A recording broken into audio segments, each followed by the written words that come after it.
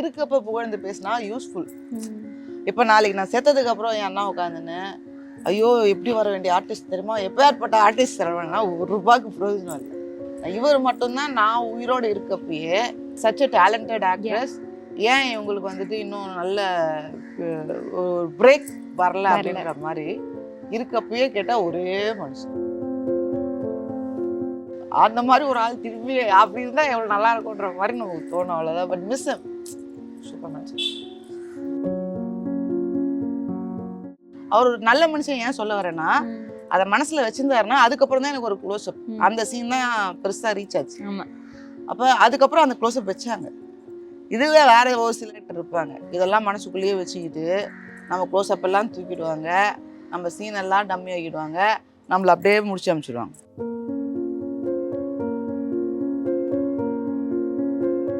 Don't loose hopes. யார் என்ன நெகட்டிவாக பேசினாலும் நீ அது மண்டைக்கு எடுத்துக்காத. நீ அவன் சொல்கிறத அக்செப்ட் பண்ணாதான் அது வந்துட்டு அது நடக்கும். ஏன்னா your thoughts are more powerful. இந்த கதையை எனக்கு சொன்னதே விவேக் சார். குழந்தை ஒன்று இறந்துச்சு, அப்போ அவர் ரொம்ப வருத்தப்பட்டார். அவர் சேடாக நான் பார்த்ததில்ல, தான் ஃபர்ஸ்ட் சார். எதில் ஓடாதது எலுமிச்சை பழத்தில் ஓட போகுது. எனக்கு ரொம்ப பிடிச்ச காமெடினா உள்ளுக்குள்ள 750 ஸ்பேர் பார்ட்ஸ் இருக்குடா, அதுல ஓடாத வண்டியாடா இந்த எலுமிச்சம்பழத்துல ஓட போகுது, உங்களையெல்லாம் திருத்தவே முடியாதுடா. 1000 பெரியார் வந்தாலும் உங்களாம் திருத்த முடியாது. 200 பெரியார் இல்ல 400 பெரியார் வந்தாலும் முடியாதுடா. எதுக்கு உங்களை திருத்துறதுக்கே. ரஜினி சார் பண்ணார்ல, அந்த மாதிரி பண்ணி ஒரு வீடியோ போட்டு செம்ம வைரல். அதை நான் பார்த்தேன். சார் எப்படி சார் அது பண்ணி காட்டுங்க பண்ணுறாரு.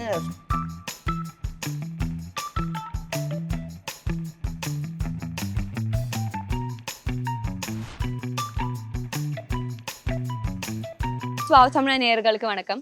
இப்போ என் கூட காஜல் பசுபதி மேம் இருக்காங்க. வணக்கம் மேம். உங்களோட சினிமா பயணம், சீரியல் பயணம், இதுல ஒருத்தர் பத்தி முக்கியமா கேட்டே ஆகணும், விவேக் சார். ஸோ அவரு நம்மளை விட்டு போய் இப்போ 4 வருஷம் ஆக போகுது. எஸ், எவ்வளவு படம் பண்ணியிருக்கீங்க மேம் அவருக்கு? அவர் கூடயா ஃபர்ஸ்ட்டு கலத் கா மக்கர், அதுக்கப்புறம் பெருமாள் படம், அதுக்கப்புறம் சாக்ரட்டிஸ்ன்னு கடைசியாக ஒன்று பண்ணார். அந்த படம் முடியறதுக்குள்ளே தான் இறந்துட்டாங்க. இல்லை படம் எடுத்துட்டாங்களான்றது எனக்கு தெரியல. அவர் இருக்கப்போ அந்த படம் பண்ணியிருந்தேன். லாஸ்ட்டில் அவர் சாவறதுக்கு கொஞ்ச நாள் முன்னாடி அந்த படம் பண்ணிட்டு இருந்தேன். பாதியில் அந்த படம் ஃபார் சம் ரீசன் ஸ்டாப் பண்ணாங்க. என்ன ரீசன் எனக்கு தெரியல. ப்ரொடியூசருக்கும் என்ன பிரச்சனை இருக்கா, பிரச்சனையே இல்லாமல் வேறு எதனா இஷ்யூவில் ஸ்டாப் பண்ணாங்களான்னு தெரியல. கொஞ்ச நாள் கழிச்சு ஆரம்பிப்போன்னு சொன்னாங்க. ஆனால் அந்த படம் கால் வரல. அதுக்குள்ளே இவர் இறந்துதான் நியூஸ் வந்தது. அதுக்கு நடுவில் அந்த படம் பேர் எனக்கு தெரியல. நம்ம ஒரு டெரரிஸ்ட் மாதிரி, முருகன் என்னோட புருஷன் மாதிரி, இவர் பக்கத்து வீடோ இல்லை ஊர் தலைவரோ ஏதோ காமெடி ஒரு ட்ராக்கு. அது வேற ஒரு சீரியல் ஷூட்டிங் பண்ணிட்டு இருக்கப்போ ஹாஃப் டே ஷூட்டிங் நான் வந்தேன். ஸோ படம் பேர் தெரியல. அப்படி ஒரு படம் ரிலீஸ் ஆச்சா அதுவும் நமக்கு தெரியல. பட் அந்த காஸ்டியூம்லாம் நல்லா இருந்தது. எதுவும் வரவே இல்லை, ஃபுட்டேஜே கிடைக்கல. முருகன் சார் அந்த சீனா எங்களெல்லாம் போட்டு விடலாம். விவேக் சார்னு சொல்லும் போது ஃபர்ஸ்ட் உங்களுக்கு என்ன மேம் ஞாபகம் வருது? பெஸ்ட் ஆக்டரு, அப்புறம் சிரிக்கிறப்ப யோசிக்க வச்ச ஒரு ஆள் அப்படின்றது மறக்கக்கூடாது. ரொம்ப ஈஸியாக யோசிக்க வைப்பப்பில் எல்லாமே வந்துட்டு கான்ட்ரவர்சியான விஷயம். அந்த எதில் ஓடாதது எலுமிச்சை பழத்தில் ஓட போகுது. எனக்கு ரொம்ப பிடிச்ச காமெடினா 1000 பெரியார் வந்தாலும் உங்களாம் திருத்த முடியாது. ஸோ இந்த மாதிரிலாம் பயங்கரமான டைலாக்லாம் ஜாலியாக சிரிக்கிற மாதிரியே சொல்லிட்டு போயிடுவாப்புல.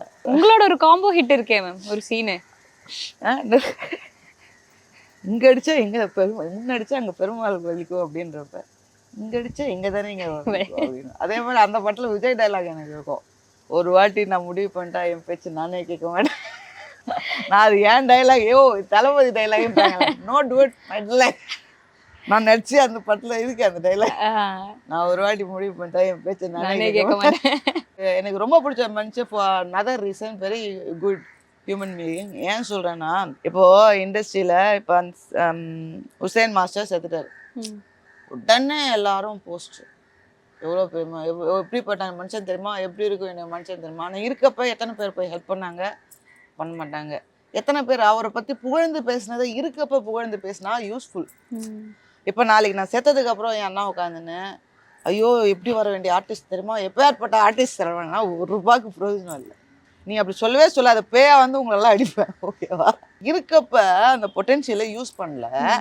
இருக்கப்ப அவங்கள ப்ரைஸ் பண்ணி ஒரு 4 போஸ்ட் போட தெரியல. அதனால தான் நான் யார் செத்தாலுமே பெருசாக போஸ்ட் ரெஸ்ட் இன் பீஸ் மட்டும்தான் போடுவேன். அவங்க எப்பேற்பட்ட ஆள் தெரியுமான்னு பெருசாக டைலாக் அடிக்க மாட்டேன். ஏன்னா அவர் இருக்கப்ப பேசலன்னு என்னையே நான் செருப்பால் வச்சுக்கிற மாதிரி தான் இருக்கும். ஏன்னா நான் ஃபீல் பண்ணுறது தானே அவங்களும் ஃபீல் பண்ணுவாங்க. இருக்கப்ப என்ன பிடுங்கினியான்னு கேட்க மாட்டாங்களா? செத்ததுக்கு அப்புறம் அவர் யார் தெரியுமாண்ணா ஃபர்ஸ்ட் அவங்களுக்கு வாய்ப்பு கொடுக்குற இடத்துல நம்ம இல்லை. பாயிண்ட் 1 சொல்கிறேன். எல்லாருமே இண்டஸ்ட்ரியில் நீங்கள் பார்த்தீங்கன்னா ஒருத்தவங்க செத்ததுக்கு அப்புறம் அவங்க யார் தெரியுமா எவரு தெரியுமா அப்படின்னு வர்றது. இவர் மட்டும்தான் நான் உயிரோடு இருக்கப்பயே சச் அ டேலண்டட் ஆக்ட்ரஸ், ஏன் இவங்களுக்கு வந்துட்டு இன்னும் நல்ல ஒரு பிரேக் வரல அப்படின்ற மாதிரி இருக்கப்பயே கேட்டால் ஒரே மனசு. அது எல்லாருக்கும் வராது அந்த மனசு. அந்த மாதிரி ஒரு ஆள் திரும்பி அப்படி இருந்தால் எவ்வளோ நல்லா இருக்கும்ன்ற மாதிரி நமக்கு தோணும், அவ்வளோதான். But miss super match. அவர் எப்படி இருப்பார் மேம் செட்ல? லைக் ஒரு சீனியர் பர்சன். ரொம்ப ஜாலிங்க. ஓகேவா, ரொம்ப ஜாலி டைப்ஸ், ரொம்ப ஜாலி டைப்ஸு. நமக்கு சீன்லாம் வந்துட்டு அதாவது ஒரு ஆர்டிஸ்ட்டை கூப்பிட்டு அவங்க கேரக்டரை வந்துட்டு டம்மி பண்ண மாட்டாங்க. நம்மளுக்கு வந்துட்டு நம்ம இது வரைக்கும் பண்ணதோட மாசான சீன் தான் இருக்குமே தவிர கூப்பிட்டு வந்து அந்த ஆர்டிஸ்ட்டுக்கு ஒன்றுமே இல்லாமல் சும்மா நிற்க வச்சு அனுப்ப மாட்டாங்க. அந்த மாதிரி பண்ணுற ஒரு சில சைக்கோங்க இருக்காங்க. எனக்கெல்லாம் நான் பெரிய வில்லின்னு நான் நினச்சி போனேன்னா நான் ரொம்ப மாஸாக ஃபீல் பண்ணணும். இதுலலாம் எனக்கு கோவம் வரும், இதில் தான் சண்டை வரும் யூனிட். ஓகேவா, நான் ஒன்று எதிர்பார்த்து போகிறேன், எனக்கு அது கிடைக்கல, எனக்கு நடிக்க அவுட்புட் இல்லை, சான்ஸ் இல்லை, நடிக்க பெருசாக டைலாக் இல்லை, ரோல் இல்லை, சண்டை இல்லை, ஒன்றுமே இல்லை அப்படின்னா என்னை வில்லின்னு கூப்பிட்டு ஒரு சீரியலை பண்ணியிருப்பாங்க. என்னோட குட்டி பொண்ணு தம்மா துண்டு பொண்ணு அதை மேடம்ன்றப்ப எனக்கு பற்றிட்டு உள்ள அப்படி எரியும். இதுக்கிட்ட இதுக்கு என்ன கூப்பிட்டீங்க, இன்னும் பயங்கரமானது நீங்கள் தான் பண்ணணும்னு சொல்லி கூப்பிட்டீங்களே, ஒன்றுமே இல்லையா, டைலாக் இல்லை, ஒன்றுமே இல்லை, இதுக்கு எனக்கு கூப்பிட்டேன் அப்படின்ற மாதிரி எனக்கு அவ்வளோ கோவம் வரும். ஒரு சில ப்ராஜெக்ட்லாம் பண்ணி முடிச்சதுக்கப்புறம் ஏன்னா அவங்க சொல்கிற சீன் வரும் போல் நம்ம நினச்சிட்டு இருப்போம். ஆனால் அப்படி ஒரு சீனே வந்துருக்காது. எவ்வளோதான் ஏமாறுறது, எத்தனை இடத்துல என்ன சொல்லுங்கடா, இவ்வளோதான் போச்சுன்னா சொல்லுங்க, இதுக்கு எனக்கு அவ்வளோ பேமெண்ட் கொடுத்து கூப்பிட்டு வந்து ஒரு பொண்ணுக்கு சைடில் கை கட்டி நிற்க வைக்கிறேங்க. அதுவும் ஒரு சீரியலில் அப்படி சொல்லக்கூடாது தான். ஒரு சீரியல் தான் இப்போ மாசு, அதை வச்சுக்கோங்க. திருப்பி சீரியல் வரலான்னு நான் நினைக்கிறப்ப நீ என்ன டம்மியை கூட்டு போய் நிற்க வைக்கிறதே தப்பு இல்லை. அதெல்லாம் எனக்கு கோவம் வரும். அந்த சிச்சுவேஷன்ல விவேக் சார் அங்க நான் இல்லைம்மா அப்படின்ற மாதிரி மாற்றிக்குவேன். ஸ்பாட்டில் கரெக்ட் பண்ணால் அது திருப்பி இல்லை மேடம் சொல்லுங்க அப்படின்ற மாதிரி வேறு வழி இல்லை. ஸோ இதெல்லாம் எனக்கு இரிட்டேட் ஆகிறதுலாம் நடிப்பில் தாங்க. என் கேரக்டர் கொஞ்சம் டம்மியாக காட்டினாங்கன்னா அப்புறமா நம்ம எதனா இம்ப்ரோவைஸ் பண்ணுறப்போ இதெல்லாம் தேவையில்லை அப்படின்னு சொன்னாங்கன்னா இங்கெல்லாம் தான் சண்டை வரும். காஜல்னாலே எல்லாம் பயப்படுறாங்க அப்படின்றாங்க. என்னத்துக்கு பயப்படுறீங்கன்னு எனக்கு தெரியலையே. நான் என்னைக்கு 10 டேக் வாங்கினேன், என்ன பண்ணேன்னா எதுக்கு பயப்படுறீங்க, நியாயமாக கேள்வி கேட்பேன், அவ்வளோ. நியாயமாக கேள்வி கேட்டாலே பிரச்சனை தான்.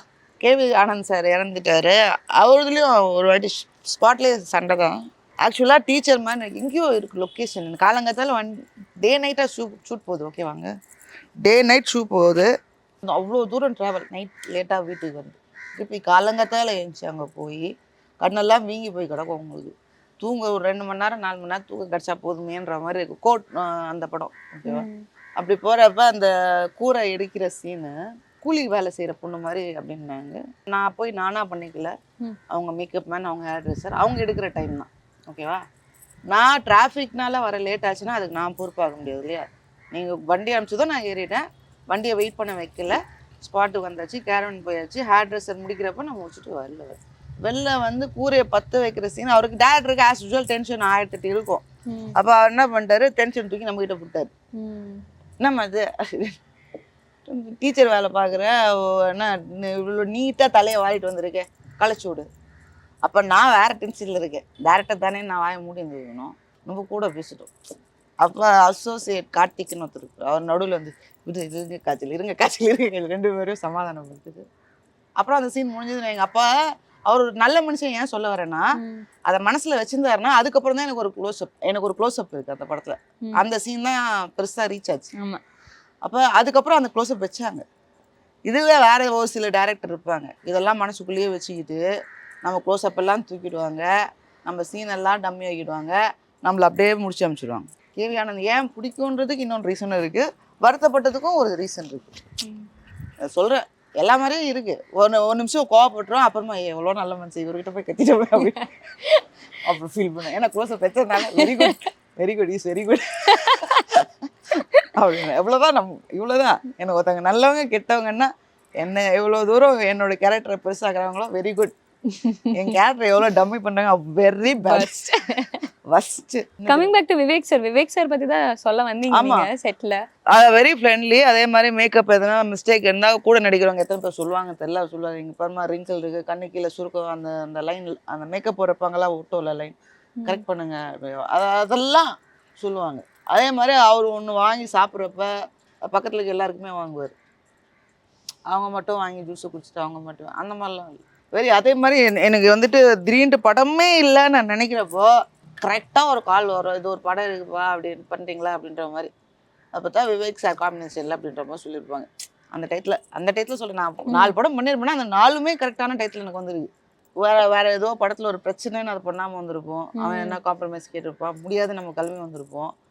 அப்படி வரப்போ அமைகிற ஒரு ப்ராஜெக்டாக இது இருந்திருக்கு ஒரு வாட்டி. Every thing is for good அப்படின்ற மாதிரி ஏதோ ஒன்று பெருசாக வெயிட் பண்ணது போல. இத்தனை நாளாக ஏன் வரல எதுவுமே இல்லையே ஒன்றுமே இல்லையே அப்படின்னு அவ்வளோதான் போல் செத்துரு சாதத்துக்குள்ளே ஒரு ப்ராஜெக்டும் வராதா அப்படின்னு யோசிச்சுட்டு இருக்க டைப்பில் நமக்கு திடீர்னு எதுக்கு ஒரு ஷார்ட் ஃபிலிம் பண்ணணும்னு தோணும், எதுக்கு ப்ராசஸ் பண்ணணும். ராவாக தான் எடுக்கிறேன், ரொம்பலாம் நான் ட்ராமாலாம் இல்லை நம்ம இதில். அதே மாதிரி அது மாரல் இருக்கும் அதில். தாயின் சபதம் ஓகேவா, வெல்த் வாங்குவாப்புல அசூரி டெரரா இருக்கணும். அசுரன் தனுஷோட பயங்கரமா ஒரு லேடி ரோலா இருந்தா அது எவ்வளவு டெரரா கொடூரமா இருக்கணுமோ அப்படி எனக்கு வேணும். எல்லாரும் யோசிப்பாங்க காஜல் மேம் இந்த மாதிரி ஒரு ஐடியா கொண்டு வராங்கன்னா எப்படி இருக்குங்கிறது கண்டிப்பா யோசிப்பாங்க. ஆமா, அதுக்காகனா ஒரு 10 ரூபா கொடுத்து வந்து அந்த ஓடிடில பாத்துருங்க, கண்டிப்பா டிசப்பாயிண்ட் ஆக மாட்டேன். ஏன்னா நம்மளுக்கு டைலாக் அப்படிலாம் நான் யோசிக்கவே இல்லை. நல்ல ஒரு கதை, நல்ல ஸ்க்ரீன் பிளே, நல்ல கேமராமேன், இதெல்லாம் ஹீரோவோ அதெல்லாம் தான் ஹீரோ. நம்ம அதில் ஒரு கதாபாத்திரம் தான், இதெல்லாம் தான் மெயின் மேட்ரு. ஒரு cameraman life of the movie. அதே மாதிரி அதுக்கு அந்த டேரக்டரும் மியூசிக், இது 3 மெயின். இது 3 தான் ஹீரோ. அது 3 வந்துட்டு பெரிய ஆளாக இல்லைனாலும் கண்டிப்பாக நாளை பின்ன அவங்க பெரிய ஆள் ஆகக்கூடிய பொட்டென்ஷியல் இருக்கவங்க தான் பண்ணியிருப்பாங்க. இந்த படத்துக்கு அப்புறம் அவங்களாம் பிஸியாகிடும் கண்டிப்பாக.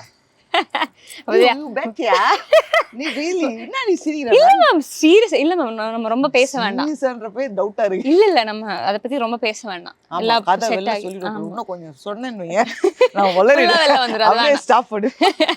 ஓகே, நம்ம கமிங் பேக் டு விவேக் சாரோட அந்த ஒரு போஸ்ட் நான் பார்த்திருந்தேன். இப்போ நீங்க சொன்னீங்க இல்லையா ஒரு டேலண்டட் ஆர்டிஸ்டான ரோல்ஸ் வர மாட்டேங்குதுங்கிற ஒரு இது.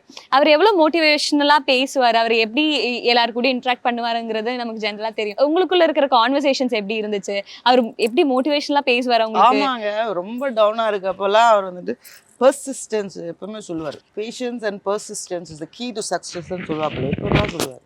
என்ன சார் எதுனா புலம்புறப்போ நம்ம புலம்புனோம்னா, காஜல் அப்படிலாம் இல்லை காஜல், எம்ஜிஆருக்கு என்ன நினைக்கிறீங்க நீங்கள், வயசு இருக்கும் 50 வயசா, நான் அப்படிதான் நினைக்கிறேன், 45 45+. அப்போ வரைக்கும் அவர் ரெகுலராக எக்ஸசைஸ் பண்ணி உடம்பை மெயின்டைன் பண்ணிகிட்டே இருப்பாராம். என்னடா ஏன் இப்படி இருக்குது அப்படின்னு மற்றவங்களாம் கேட்குறப்போ அவர் சொல்லுவாராம், எப்போ வாய்ப்பு வரும் தெரியாது, ஸோ நான் ஃபிட்டாக இருப்பேன் அப்படின்னு எம்ஜிஆர் சொன்னதா இந்த கதையை எனக்கு சொன்னதே விவேக் சார். அதனால் வயசாயிடுச்சு அப்படி இப்படிலாம் ஃபீல் பண்ணாத, it is never too late. மொட்டராஜேந்திரனுக்கு 50 வயசுக்கு மேலே தான் ஒரு பிரேக்கு அப்படின்றப்போ you never know when you have you day. அதனால் நீ வந்து யூ டோன்ட் லூஸ் ஹோப்ஸ். யார் என்ன நெகட்டிவாக பேசினாலும் நீ அது மண்டைக்கு எடுத்துக்காத. நீ அவன் சொல்கிறத அக்செப்ட் பண்ணாதான் அது வந்துட்டு அது நடக்கும். ஏன்னா your thoughts are more powerful. நம்ம நம்புறது தான் நடக்கும். ஸோ 4 பேர் நெகட்டிவாக சொல்கிறப்ப அதை நீங்கள் காதில் வாங்காதீங்க. அவனோட ஒப்பீனியன் உங்களை பாதர் பண்ணக்கூடாது. எவனோ ஒருத்தன் எதனா சொன்னால் அதுக்கு நீ ஃபீல் பண்ணக்கூடாது. ஸோ இப்போ எனக்கு நிறைய நெகட்டிவ் கமெண்ட்ஸ் வரும். அதை நம்ம கடந்து போகிறதுக்கு காரணம் அவன் சொல்கிறத நீங்கள் அக்செப்ட் பண்ணால் தான் நீங்கள் சேட் ஆவீங்க. வென் யூ நோ நீங்கள் அது இல்லைன்னு தெரிகிறப்ப ஏன் என்ன கதறினாலும் அது ரைட் ஆகாது. அவன் பாட்டு உங்களை பற்றி என்னென்னா சொல்லலாம், அதெல்லாம் ரைட் ஆகிடாது. அதுக்கு நீ வருத்தப்படணும்னு அவசியமே இல்லையே. ஏதோ ஒரு லூஸு தெரியாமல் ஏதோ கமெண்ட் போகுது, அதுக்கு நீ ஏன் வருத்தப்படுற? நீ அப்படியா அவன் சொன்னதால நீ அப்படி ஆக போறியா? கிடையாது பாய், அவ்வளோதான். அதை நினச்சி வருத்தப்பட்டு செத்த கமெண்ட்டை பார்த்து செத்த பொண்ணுங்களாம் இருக்கு சொல்கிறேன். அது டைம் பாஸுக்கு ஒரு நாதாரி வந்து 4 லைக்குக்கு ஏதோ ஒன்று போடுது. அதுக்காக அவங்க ஏன் சூசைட் பண்ணுறாங்க? உங்களை ப்ரைஸ் பண்ணுறவங்கள நீங்கள் பாருங்கள், சந்தோஷப்படுங்க. ஆனா மாட்டேன். அவர் கூட இருந்த ஒரு லாஸ்ட் கான்வர்சேஷன் ஞாபகம் இருக்கு? லாஸ்ட்லாம் இல்லைங்க, அந்த படம் தாங்க, சாக்ரட்டிஸ் தாங்க. அதுக்கப்புறம் பெருசா கால்ஸ் எதுவுமே இல்லை. அவர் பிஸி மோட்ல இருந்தார். அப்போ படத்துல ஹீரோவா பண்றாருன்றப்போ பீரியட் ஃபிலிம் ஓகேவா, நான் ஒரு அந்த பயங்கர வேலைக்காரி காஸ்டியூம் இருக்கும் எப்படி இருக்கும், எனக்கு நர்ஸ் மாதிரி இருக்கும். பார்த்துக்கோங்க, அந்த வீட்டோட ஹெட் மேடு வில்லி ரோல் அப்படின்னு சொன்னாங்க. நாட் ராங், சாக்ரட்டிஸ் தான் நினைக்கிறேன். படம் பேர் சரியா தெரியல. டிடெக்டிவ் ஸ்டோரி மாதிரி அது போகும். நிறைய பெரிய ஆர்டிஸ்ட் இருந்தாங்க. பிரபுதேவா அப்பாலாம் இருந்தான்னு நினைக்கிறேன். நிறைய பேர் இருந்தாங்க அங்கே. நல்லா இருந்தது. செட்டு கிட்டலாம் பயங்கர கலர் காம்பினேஷன், செட்டுக்கு ஆர்டிஸ்டோட காஸ்டியூம் டிசைன் ஒன்று பார்த்து பார்த்து பண்ணியிருந்தாங்க. Don't know where it went wrong, என்ன ஆச்சு, ஏன் it didn't go to the next level, ஏன் பாதியில் ஸ்டாப் ஆச்சுன்றது எனக்கு தெரியல. ஸோ அங்கே தான் அவரை கடைசியாக பார்த்தது. ஒரு பேரட் வேறு இருக்கும் பயங்கரமாக, ஒரு தோல் மேலே வச்சு அவர்கிட்ட ஃப்ரெண்ட் ஆகி அது கொஞ்சம் ஜாலியாக போச்சு அன்னைக்கெலாம். ஸோ அதுதான் லாஸ்ட். அந்த ஷூட்டிங் ஸ்பாட்லாம் நம்ம அன்னைக்கு பேசுகிற அளவுக்கு அவர் ஃப்ரீயாக இல்லை, சூப்பர் பிஸி. ஆனால் எப்பவுமே க்ரீட் பண்ணுறதெல்லாம் மிஸ் பண்ண மாட்டார். வரப்போ பார்த்தா ஹாய் காஜல் சாப்பிட்டியா அதெல்லாம் இருக்கும். அவரோட ஃபேமிலியை பார்த்துருக்கீங்களா? பையனை பற்றி யூடியூப் பார்த்துருக்கேன். பட் குழந்தை ஒன்று இறந்துச்சுல்ல, அப்போ அவர் ரொம்ப வருத்தப்பட்டார். அப்போ வந்துட்டு இந்த படத்துக்காக பேச போன டைமா எதுன்றது தெரியல. பட் அதை பற்றி அவர் டிஸ்கஸ் பண்ணியிருக்காங்க. அவர் எதிர்பார்க்காத ஒரு விஷயம், ரொம்ப சேடாக இருந்தார் அந்த. அவர் சேடாக நான் பார்த்ததில்ல, அதான் ஃபர்ஸ்ட் டைம். அதுக்கப்புறம் இன்னொன்று வாட்டி வந்துட்டு ரஜினி சார் பண்ணுவார்ல, அந்த மாதிரி பண்ணி ஒரு வீடியோ போட்டு செம்ம வைரல். அது நான் பார்த்தேன். சார் எப்படி சார் அது பண்ணி காட்டுங்க பண்ணுறாரு, சூப்பர், பற்ற வச்சு தம்ம வாய் உள்ளேருந்து எடுக்கிறாரு. வரே வா, என்ன சார் இவ்வளோ டேலண்ட் வச்சுலாம் படத்தில் பண்ணுங்க சார் அப்படின்னு நல்லா பண்ணார். பயங்கர மாசு, அதெல்லாம் super. Also very down to earth. நான் இவ்வளோ பெரிய ஆள் தெரியுமா அப்படின்ற மாதிரிலாம் ஒரு வாட்டி கூட காட்டிடுவாங்க நிறைய பேர். சும்மா உன் ஃபேமிலியில ரிலேட்டிவ் யாரோ காரில் போனீங்களா, இந்த ரைட் ரைடு அப்படின்னு வார்த்தைக்கு முன்னாடி சொல்ல தெரியாது அப்படின்னு மூஞ்சி கட்டிடுவோம். ஒரு கார் வாங்கினதுக்கே பண்ணுவானுங்க சொல்கிறேன். கரெக்ட். அதனால் யாரோ ஒருத்தங்க தெரிஞ்ச ஒரு படம் ஒர்க் பண்ணனால தெரிஞ்ச ஒரு ஆர்டிஸ்ட்டுக்கு இவ்வளோ தன்னடக்கமாக யாரும் இருக்கணும்னு அவசியமே கிடையாது. இருக்க ஆர்டிஸ்ட்டை நம்ம மிஸ் பண்ணிட்டோம், அவ்வளோதான். இருந்த ஆர்டிஸ்ட்டை மிஸ் பண்ணிட்டோம். நீங்கள் பர்சனலாக எவ்வளோ மிஸ் பண்ணீங்க? 3.3 மில்லியன் மரம் நட்டிக்கிறாரு. நான் இன்னைக்கு டேட்டா படித்தேன். 3 மில்லியன் எவ்வளோ பெரிய விஷயம் இல்லை? அதெல்லாம் நான் அப்போ தான் யோசிச்சேன், சரி நீங்கள் கொஞ்சம் சீக்கிரமாக வந்தீங்கன்னா அந்த நாய் ஷெட்டாண்ட ரொம்ப வெயிலாக இருக்குது, அதுக்கு ரொம்ப வருத்தப்படுது. நான் அட்டை டப்பாவில் டென்ட்டு பண்ண ஸ்ட்ராங்காக நிற்கலை. அட்டை டப்பாவில் பிளாஸ்டிக் டேப்பு, அது மேலே பிளாஸ்டிக் பேப்பரு அப்படி திட்டுன்னு வச்சு வாட்டர் ப்ரூஃபாக ஒன்று பண்ணேன், செல்லோ டேப் வச்சு. ஆனால் அது பெருசாக ஷேட் ஆகலை. அது பக்கத்தில் ஒரு 4-5 மரம் நட்டுவோமா அப்படின்னு கேட்கலாம், உங்களை வச்சு மரம் நட்டிடலான்னு பார்த்தா ரொம்ப கேஷுவலாக லேட்டாக தப்பிச்சிட்டீங்க.